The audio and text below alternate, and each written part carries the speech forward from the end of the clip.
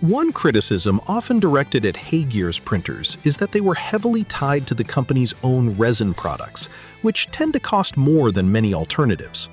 Recently, however, the company introduced an open material mode.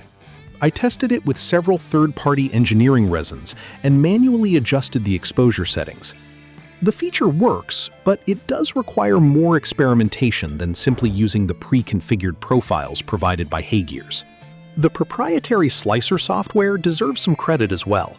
It feels fast and stable, and I experienced fewer crashes than I sometimes encounter with certain open-source options.